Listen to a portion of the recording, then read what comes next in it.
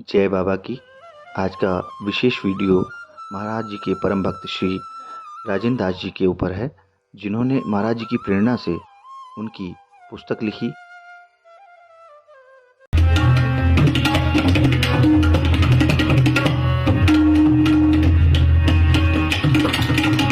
करौली जी महाराज की जय। करता करे न कर सके, गुरु करे सो हो। सात दीप नौ खंड में, गुरु से बड़ा न कोई। हमारे बाबा जी महाराज श्री श्री 1008 बाबा नीम करौली जी महाराज बहुत ही भक्तों के प्रति प्रेम और क्षमा के साक्षात देवता हैं। उन्होंने कभी भी किसी भी को भी अपना शिष्य नहीं बनाया। जब भी कोई कहता था कि महाराज हमको शिष्य बनाइए, तो कहते थे हम खुद किसी के शिष्य नहीं हैं, हम स्वयं भी भक्त हैं और आप सभी भी भक्त हैं। सबको मित्रोत व्यवहार से ही अपने आश्रम में बुलाएं, सबकी समस्याएं सुने, गरीबों को न्याय दें। गरीब व्यक्तियों को सबसे ज़्यादा गुरु की कृपा प्राप्त हुई। महाराज जी ने जो असहाय थे, जो अपना इलाज नहीं करा सकते थे, जिनके पास पैसा नहीं था, उनकी मदद सबसे पहले की।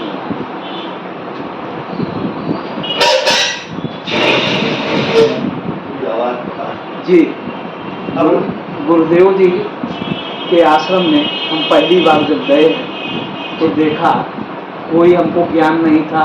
गुरुदेव जी के बारे में मैं कुछ नहीं जानता था। गुरुदेव जी ने सच्चे मन से जो भी भक्त वहाँ पहुँचते हैं, कैंची धाम लोग कहते हैं कि हमें भी जाना है, लेकिन जब तक उनकी कृपा नहीं होती तब तक कोई कैंची धाम पहुँच नहीं पाता है। कैंची धाम पहुँचने के लिए सबसे पहले महाराज की कृपा होती है। जैसे लोग कहते हैं कि इरादे रोज बनते हैं, इरादे टूट जाते हैं, दर्शन वही पाते हैं जिन्हें बाबा जी बुलाते हैं। तो कैंची धाम में जाने के लिए सबसे पहले आप अपना मन में बाबा जी के प्रति श्रद्धा उत्पन्न करिए कि हमें बाबा जी एक बार बुला लीजिए। और जहाँ बाबा जी के पास ये एप्लीकेशन आपकी लग गई, अर्जी मंजूर हो गई, वहाँ फिर बुलाने में देर नहीं है। महाराज जी एक बार बुलाएंगे, फिर आपको बार बार न्योता मिलता रहेगा, जाने का मौका मिलता रहेगा। हम भी पहली बार गए तो बहुत कष्ट हुआ, बहुत दिन बाद नंबर आया, लेकिन जब एक बार उनके शरण में पहुँच गए तो अब हमें गिनती नहीं है कि हम 7 बार जा चुके हैं कि 8 बार जा चुके हैं, लेकिन महाराज जी बुलाते रहते हैं। कभी कभी साल में 2 बार बुला लेते हैं, कभी 3 बार बुला लेते हैं, और कोई कष्ट भी नहीं होने देते। रास्ते में किसी प्रकार की कोई तकलीफ नहीं। आपके मन में विश्वास जितना ज़्यादा जागृत होगा, महाराज जी उतने ही आपके निकट होंगे। क्षण क्षण पे, कदम कदम पे, कण कण में महाराज जी का दर्शन होने लगेगा। हमने 2017 में पहली बार महाराज जी के दर्शन कैंची धाम में किए, और कैंची धाम में दर्शन पाने के बाद हम लोग अल्मोड़ा में गोलू धाम, उससे और आगे जागेश्वर धाम दर्शन करके फिर पुनः लौट करके फिर कैंची धाम में माथा टेक करके और टनकपुर में माता अन्नपूर्णागिरी माता का दर्शन करके तब लखनऊ में आगमन हुआ। पहली बार में इस प्रकार पहली बार की यात्रा जी। और जब दूसरी बार जाने को हुए तो हमको है जो महाराज जी ने तमाम साथियों से मिलवा दिया, तमाम लोग। और पहली बार जब दर्शन करने के बाद हनुमान सेतु मंदिर लखनऊ गए तो वहाँ पे पुजारी जी दीक्षित जी थे, तो उन्होंने उनको बताया कि हम कैंची धाम से दर्शन करके आ रहे हैं। तो बोले महाराज जी की कृपा आपके ऊपर शुरू हो गई। हमने कहा ऐसा क्या है? तो बोले महाराज जी जिसको बुलाते हैं वही कैंची धाम जा पाता है, हर एक आदमी नहीं जाता। तो हमारी समझ में आया कि हमारी गाड़ी में एक सीट खाली क्यों रही। हमने बहुत लोगों को उस दिन फ़ोन किया कि किसी को चलना है, तो कोई तैयार नहीं हुआ। लेकिन जब लौट के आए तो लोग अफसोस कर रहे थे कि हमें नहीं मालूम हो पाया, हम भी चलते। तो महाराज जी जब कभी भी किसी को कृपा करके बुलाते हैं तो देर नहीं लगती। फिर इसके बाद में हम हनुमान सेतु मंदिर में ही प्रोग्राम बनाने लगे कि मंदिर से ही डायरेक्ट है जो कैंची धाम चला जाए। तो एक बार 16 लोगों को एक ट्रेवलर गाड़ी करके और हनुमान सेतु मंदिर पे ही बुलाया। तो पहले महाराज जी का आश्रम जो नीचे है जी, जो महाराज जी ने 60 में या उसके पहले भी जागृत किया था, उस आश्रम में जा करके हम लोगों ने फूल माला चढ़ा करके मत्था टेक करके अपनी यात्रा के लिए शुरुआत की। फिर ऊपर आ करके दर्शन किया हनुमान सेतु मंदिर में, वहीं से फूल माला पैक कराए। जिस माली से माला पैक कराए उसने पूछा भैया कहाँ जा रहे हैं, तो हमने बताया कि नीम करौरी जाएंगे, कैंची धाम जाएंगे, बाबा जी के जन्म स्थल अकबरपुर जाएंगे। तो बोले अरे आप इतनी बड़ी यात्रा पे जा रहे, कुछ कुछ मालाएं हमारी तरफ से भी ले जाइए, हमारी तरफ से भी समर्पित कर देना। तो जब बाहर फूल बेचने वालों के अंदर बाबा जी के प्रति इतनी श्रद्धा देखी तो हमने कहा ये तो कल्याण हो ही जाएगा हम लोगों का। तो हम लोग पहली बार हरदोई मार्ग से गए और फर्रुखाबाद में गंगा जी के किनारे पांचाल आश्रम पड़ता है, पांचाल घाट है, पांचाल घाट में गए तो वहाँ पे स्वामी ईश्वरानंद जी से मुलाकात हुई। जी जी, जो 200 गायों को रोज भोजन कराते हैं, गौशाला है वहाँ, गौशाला भी है वहाँ पे। तो सबसे पहले ईश्वरानंद जी से मिले। ईश्वरानंद जी ने सबको बैठा करके आशीर्वाद दिया, प्रसाद दिया हम लोगों को, गाय की छाछ मंगवा करके एक बाल्टी, और सब लोगों को तृप्त कराया गाय के दूध से। है तो बड़ा अच्छा लगा कि किसी संत की शरण में जाने से कई संतों से मुलाकात होने लगी है। वो भी एक अच्छे संत से मुलाकात हुई। उनके आश्रम में एक मनोज सक्सेना जी थे जिन्होंने 16 वर्ष से मौन व्रत धारण कर रखा था। उनको भी, उनका भी चरण स्पर्श करने का मौका मिला, उनका भी वंदन किया। और जब हमको ये जाना ईश्वरानंद जी ने कि ये पेड़ पौधे लगाते हैं, निःशुल्क पौधे लगवाते हैं, तो उन्होंने पौधों पे एक कहानी भी बताई कि जो 10 पुत्रियों का विवाह न कर सके उस एक पेड़ लगा दे तो 10 कन्याओं के विवाह के बराबर होता है। तो उन्होंने पूरा वृत्तांत वृक्षों के बारे में सुनाया और उन्होंने वाटिका स्वयं लगाई है, पेड़ भी काफ़ी अच्छे अच्छे उनके आश्रम में लगे, बहुत अच्छे अच्छे। इसके बाद हम लोगों ने गंगा जल ग्रहण करके फिर वहाँ से बाबा नीम करौरी धाम के लिए चले। तो जैसे ही गंगा का पुल क्रॉस किए तो वहीं पे ईश्वरानंद जी का फोन आ गया कि भक्त आपके साथ में कोई महिला है, उनका पर्स छूट गया है यहाँ पे, आप आश्रम आकर के ले जाइए। तो हमारी एक ट्रेवलर गाड़ी थी, उसी के साथ साथ में कुछ लोग स्वागत के लिए कार से भी आगे जा रहे थे। तो हमने उनको बताया कि बाबा जी के आश्रम में एक बेटी का पर्स छूट गया है, बाबा जी का फोन आया है कि आप ले जाइए। तो बोले आप गाड़ी यहाँ रोकिए और हम है जो पर्स आप बता देंगे। तो वहीं गंगा ढाबा पे हम लोगों ने गाड़ी रोकी और वो पर्स लेने चले गए। गंगा ढाबा वालों ने देखा कि ये लोग तीर्थयात्री हैं, उन्होंने बुला के सबको जलपान कराया और कोई पैसा नहीं दिया। जब ये जाना कि बाबा जी के आश्रम में जा रहे हैं तो निःशुल्क उन्होंने, जिन्होंने भोजन किया, जिन्होंने चाय पी, जो भी जिसने खाया पिया था, गंगा ढाबा वालों ने एक पैसा भी नहीं दिया। इसके बाद हम लोग महाराज जी के आश्रम बाबा नीम करौरी जी के धाम पहुँचे जहाँ पे बाबा जी ने सारी सिद्धियाँ प्राप्त की थी। तो वहाँ पे आश्रम के बाहर, मतलब मंदिर प्रांगण के बाहर एक 15 फुट नीचे गुफा है, जिस गुफा के अंदर बैठ करके महाराज जी ने सारी सिद्धियाँ प्राप्त की थी। तो उस गुफा के अंदर जाने के लिए कोई अलाउ नहीं था उस समय जब महाराज जी थे। और आज भी वो गुफा अपने नेचुरल रूप में है, गोबर से ही लीपी जाती है, उसमें कोई किसी प्रकार का निर्माण नहीं कराया गया।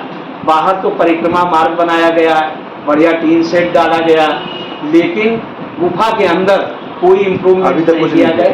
अभी तक 100 साल हो गए हैं बाबा जी का गुजरे, मतलब बाबा जी को तो 49 वर्ष पूरे हुए हैं समाधि लिए, लेकिन वो गुफा 100 वर्ष पुरानी है। 1920 के आसपास बाबा जी वहाँ रहते थे। 1934 की बाबा जी के हाथ की लिखी हुई चिट्ठी हमारे पास में है, जिसमें बाबा जी ने लिखा है कि गुफा भवन बाबा लक्ष्मण दास, उस समय बाबा जी का नाम लक्ष्मण दास था। तो उस समय बाबा जी का लेटर जो लिखा है उसमें लिखा है बाबा लक्ष्मण दास, गुफा भवन, नीम करौरी, फर्रुखाबाद, और उस पर बाबा जी के हस्ताक्षर थे। तो उस समय वो गुफा है जो सन 38 के पहले, मतलब 20-22 के आसपास, जब महाराज जी की उम्र 20-22 साल ही रही है जी, उस समय महाराज जी ने सारी सिद्धियाँ वहाँ पे रह के था। कोई ये नहीं जान पाता था, गांव का आदमी नहीं जान पाता था कि महाराज जी गुफा में किस समय जाते हैं, किस समय निकलते हैं, दिशा मैदान को जाते भी हैं कि नहीं जाते हैं।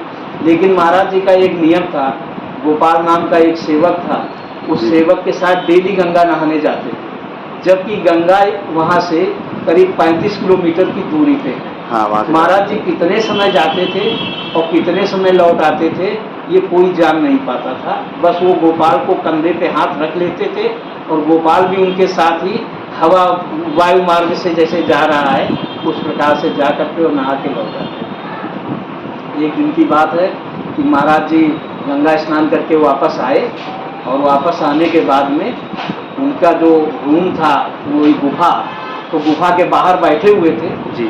तो काफ़ी सुअर वहाँ गांव के आ गए और उन्होंने उसको बंद कर दिया, गंदा कर दिया हो गया। तो महाराज जी ने कहा कि जाइए उस जमादार से बोल दीजिए कि इस प्रकार की लापरवाही ना करें। तो जो गए जी बताइए। तो महाराज जी ने कहा कि ये जमादार को जरा कहिए तो ये कल से यहाँ पे गंदा न करे इस स्थान पर। तो लोग गए, उसने कुछ अनसुनी करके कहा ठीक है। तो महाराज जी ने कहा अब आप लोगों का कहना नहीं माना तो कल इसको हम ही कुछ करते हैं, कल से ये स्थान को गंदा नहीं कर पाएगा। तो दूसरे दिन जब महाराज जी आए गंगा स्नान करके तो सब साफ सुथरा पड़ा था। तो लोगों ने पूछा आज तो महाराज जी बिल्कुल साफ पड़ा हुआ है। तो महाराज जी हल्के से मुस्कराए लेकिन कुछ कहे नहीं। तो देखा कि सुअर के बाड़े को जब उसने जमादार ने दरवाज़ा खोला तो कोई भी सुअर बाहर नहीं निकला, सब आगे वाला पैर उठा करके दरवाजे के अंदर ही खड़े थे। वो घबरा गया कि ये और किसी का चमत्कार नहीं है, महाराज जी का है, महाराज जी का ही है। दौड़ा दौड़ा आया और महाराज जी के चरणों में लेट गया कि महाराज जी क्षमा करिए, हमने बहुत बड़ी हमसे भूल हो गई, गलती हो गई। महाराज जी कहने लगे हमने तो कुछ किया नहीं, जा 4 आने के बतासे लेकर के हनुमान जी को चढ़ा दे, सब ठीक हो जाए। और उस दिन के बाद जमादार डेली सफाई करने लगा, डेली है जो साफ सुथरा आश्रम का ध्यान रखे। सुअर तो 200-400-500 मीटर की दूरी तक नहीं आते थे आश्रम के। तो महाराज जी कभी किसी को सताए नहीं, गरीब से गरीब आदमी की हमेशा मदद करते थे और उसको जमादार को जिसकी इतनी बड़ी गलती थी उसको भी माफ कर दिया। एक प्रांगण में, मंदिर प्रांगण में एक कुआं बना हुआ है, आजकल उसको ऐसे टीन से ढक दिया गया है। हाँ। वो कुआं भी है जो महाराज जी के जीवन काल का ही बनाया हुआ है। महाराज जी जब एक दिन बाहर बैठे थे तो उसी गांव का एक सेठ था जी, वो आया, महाराज जी को प्रणाम किया। तो महाराज जी ने कहा सेठ तुम्हारे कोई संतान नहीं है, तुम संतान चाहते हो? तो बोला कि अरे बाबा जी आप तो मन की बात जानते हैं। तो बोले जाइए इस प्रांगण में एक कुआं खुदवा दीजिए और तुम्हारे संतान होगी। तो उसने कहा महाराज कुआं कल ही खुद जाएगा। कुआं खुदवा दिया सेठ ने, तो उसका पानी कुछ खारा निकला। गांव वालों ने महाराज जी से शिकायत की कि महाराज जी इसका पानी खारा है। तो सेठ को बुलवाए, कहने लगे ऐसा है कि इसमें एक बोरी चीनी डलवा, इसका पानी मीठा हो जाएगा। बस सेठ को देर नहीं लगी, वो एक बोरी चीनी ले आया, कुएं में डाल दी गई। उसका पानी इतना मीठा हुआ, अमृत तुल्य बना कि जो भी दर्शन करने आता था वो अपने साथ एक डिब्बा लाता था, उसमें भर के ले जाता, खुद पीता था पानी और भर के भी ले जाता था अपने घर। और गांव के सब लोग उसी कुएं से पानी पीते थे।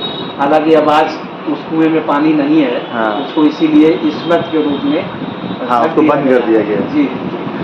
अच्छा, आपको इसकी स्मृति कैसे, आपने इतनी अच्छी पुस्तक लिख डाली महाराज जी के ऊपर, जीवनी पे पूरी आपने। ऐसा है जहाँ पे चाह है वहीं पे राह। जी। महाराज जी के जीवन में जो जो हम झाँकते गए त्यों तो प्रकाश की लौ हमको ज़्यादा आगे ले जाती रही जी। जब हम जानने की कोशिश करने लगे कि महाराज जी ने ये सब कैसे किया, क्या किया, कहाँ कहाँ गए, तो हम उनके घर तक पहुँचे और उनके बचपन में उनका जन्म कहाँ पे, किस गांव में हुआ, उनके पिताजी क्या थे, माताजी कौन थी।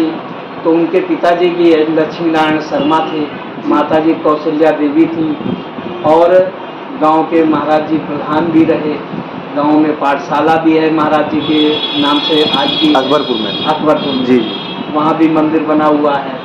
फिर हमने महाराज जी के जहाँ जहाँ स्थान है वहाँ वहाँ जाने की पूरी कोशिश की।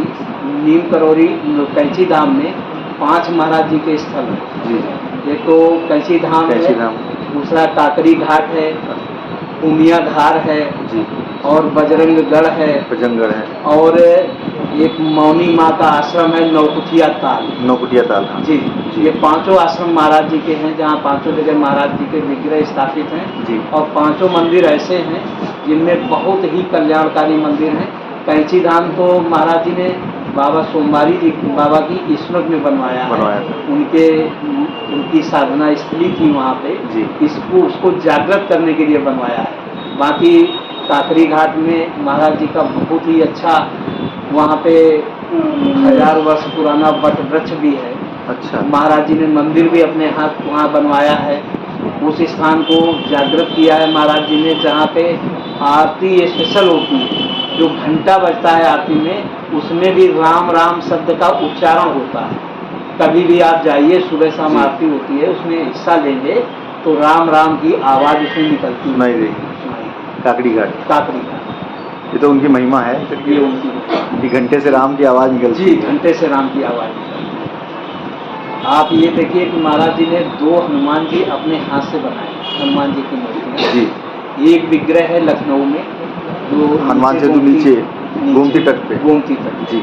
और दूसरा विग्रह फर्रुखाबाद में नीम करोली, जो गोबर, गंगा जल, पीली मिट्टी और तमाम मिश्रण से महाराज जी ने हाथ से बनाया। उनकी हाथ की बनी मूर्तियाँ, उनकी हाथ की बनी, और जो 100 साल से ज़्यादा की वो। तो मतलब आपने जो पुस्तक में जितने भी अनुभव डाले हैं जी, इन सबसे आपने मिलके डाले? जी। पहले हमने कोशिश यही की कि सब स्थानों का दर्शन किया जाए। जी। दर्शन करने के बाद वास्तव में हकीकत को जाना जाए। जी। उसके बाद में है जो लिखा जाए। तो बहुत से भक्त जैसे जो है महाराज जी की जो है सवाल पूछते हैं मुझसे, जो है महाराज जी जो है ऐसा कर दीजिए, महाराज जी ऐसा कर दीजिए, भक्त हैं हम आपके, आप हमको परेशान करते हैं। तो हमने उनके लिए क्या मतलब जवाब होगा कि क्या? महाराज जी से कुछ बताने और कहने की आवश्यकता नहीं है। महाराज जी स्वयं अंतर्यामी हैं। महाराज जी हमेशा आज भी लोगों को दर्शन देते हैं। मैं ज़्यादा बड़ी बात तो नहीं करता हूँ, हमारी बहुत छोटी सी, मतलब अभी महाराज जी से परिचय 2017 से हुआ। जी। एक दिन हम शाम को कैंची धाम से ही आए थे। जी। और शाम के समय यहाँ पे बैठे हुए थे, और एक हमारा टाइपिस्ट था और हम थे। हमारा ऑफिस हमेशा 10-20 लोग बैठे रहते हैं, तो उस दिन हम 2 ही लोग थे ऑफिस में। जी। और एक स्वामी जी आए, लाल वस्त्र पहने हुए थे, सफ़ेद दाढ़ी थी, जेब था, और वहीं बाहर पे सीढ़ियों के पास में आके पूछा, बच्चा आ जाए अंदर। अरे हमने कहा आइए महात्मा जी, प्रणाम है आपको, महाराज जी आए। आ करके खड़े हो गए। तो हमने कहा बताइए महाराज जी क्या सेवा करें आपकी। तो हमने ये सोचा कि हाथी वाले बाबा आते हैं, कहीं राशन दिलवा दीजिए, कहीं कुछ दिलवा दीजिए, ऐसे ही महाराज जी कुछ कहेंगे। उन्होंने कहा नहीं, हम तो आपसे मिलने चले आए। तो हमने ऐसे जेब में देखा तो 10 रुपये रखे थे, हमने ऐसे निकाला। हमने कहा महाराज जी ये रख लीजिए। उन्होंने मुस्करा करके वो रख लिया और तुरंत मुड़े। जब सीढ़ियाँ चढ़ने लगे तो हमने कहा कहीं महाराज जी हमको दर्शन देने तो नहीं आए थे। हम उठ करके जैसे ही गए तो ऊपर सीढ़ियों पे पहुँचे तो देखा वहाँ पे कोई नहीं था, कोई रिक्शा नहीं था, कोई कार नहीं थी, कुछ नहीं थी। महाराज जी दूर दूर तक कहीं दिखाई नहीं। ये उनकी महिमा थी कि वो आपको दर्शन देने आए थे, आपका हालचाल लेने आए थे, सुरक्षित पहुंच गए कि नहीं पहुंचे? एक बार ऐसे दूसरी घटना एक और घटी। एक दिन जन्माष्टमी का दिन था। जी। और हमको इंदिरा नगर में एक अपने मित्र को यही पुस्तकें जो हम बांटते हैं, जी, यही देने गए उनको। तो 25-30 पुस्तकें ले करके गए। उनके घर पे हमने पुस्तकें रख दी और उसमें से 5 पुस्तकें हमने बचा के रखी कि कोई मिल जाएगा उसको दे देंगे। तो ड्राइवर से कहा कि चलो घर चलना है, कहीं नहीं चलना। ड्राइवर हमको लेके अलीगंज चला गया। जब अलीगंज में हमने देखा कि ये तो रास्ता दूसरा जा रहा है, तो हमने उसको रोका। हमने कहा कहाँ तुम लिए जा रहे हो? तो बोला दुबग्गा हो करके और बाहर बुद्धेश्वर मंदिर हो करके तब घर ले चलेंगे। हमने कहा नहीं, ये रास्ता गलत है, तुम रोको। अब अलीगंज से सीधे हनुमान सेतु वाला रास्ता चलो। हनुमान सेतु मंदिर पे आ गए तो उस समय 2:50 हुआ था। 10 मिनट बाद मंदिर खुला था। कोई बात नहीं, बाद में निकाल गए। तो हमने है जो मंदिर के बाहर 3 कुर्सियाँ पड़ी थी। एक कुर्सी पे कोई पहले से बैठा था। बीच वाली कुर्सी हमने छोड़ करके किनारे वाली कुर्सी पे बैठ गए। तो एक महाशय महाराज जी आए, हाथ पे कमल टांगे हुए, दाढ़ी बढ़ी हुई और अचला पहने हुए। तो पूछा कि इस कुर्सी पे बैठ जाए। हमने कहा अरे महाराज जी बैठिए। तो बैठ गए। हमने पूछा कहाँ से आए हैं? तो बोले अयोध्या से आए हैं। हमने कहा कहाँ जाना है? बोले हनुमान मंदिर तक ही आना था। तो 10 मिनट उनसे बात ऐसे ही होती रही और 10 मिनट बाद मंदिर का दरवाज़ा जी। खुल गया। जी। तो हमने कहा महाराज जी चलिए दर्शन करिए। जी। तो बोले आप चलिए मैं आ रहा हूँ। जी। और जब मैं मंदिर के अंदर पहुँचा जी। तो वो 5 पुस्तकें हमारे हाथ में थी। तो हम ये सोच रहे थे कि एक पुस्तक ये महाराज जी को देनी है। तो देखते हैं कि हनुमान जी के साथ वो भी खड़े हैं और हम पहले गए हैं मंदिर के अंदर और वो किधर से पहुंच गए हमने देख ही नहीं पाया और इतनी जल्दी पहुंचना भी संभव नहीं था। और वो अपनी झोली से प्रसाद भी बांट रहे हैं लोगों को। हमने कहा ये तो बहुत बड़ा चमत्कार हो गया। वहाँ से जब प्रसाद चढ़ा के हम बाहर फिर निकले तो हमने गेट पे काफ़ी देर इंतज़ार किया। जब वो नहीं आए तो फिर अंदर गए लेकिन वो कहीं नहीं मिले। तो ऐसे 2 बार महाराज जी से हमारा साक्षात्कार हुआ, आमना सामना हो गया। आमना सामना हुआ, बातचीत हुई, लेकिन पहचान हमारी नहीं हो पाई। पहचाना तब जब चले गए तो उसके बाद जान पाए कि वाह महाराज जी है। महाराज स्मरण भी वो करा देते थे बिल्कुल करा देते कि हम आए थे आपके पास, आपने नहीं जाना, आप जान नहीं पाए। तो ये तो सही बात है, उनकी महिमा अलग ही है। तो कुछ संदेश देना चाहेंगे कि अपने? संदेश यही है कि जो भी जी। भक्तगण है जी। वो विश्वास अपना बना के रखे, जी। मांगे कुछ भी ना। जी। बाबा जी को खुद सब कुछ देने वाले हैं। जी। इतनी आसानी से दे देते हैं। जी। इतना कभी किसी से मांगना पड़ेगा ही नहीं किसी को। जी। मन की बात, हर पग पग पे आपको सफलता दिलाने की बात बाबा जी के अंदर वो चलता है। जी। जो हमने पहले कहा कि करता करे न कर सके, गुरु करे सो हो, 7 दीप 9 खंड गुरु से बड़ा बड़ा न कोई। धन्यवाद।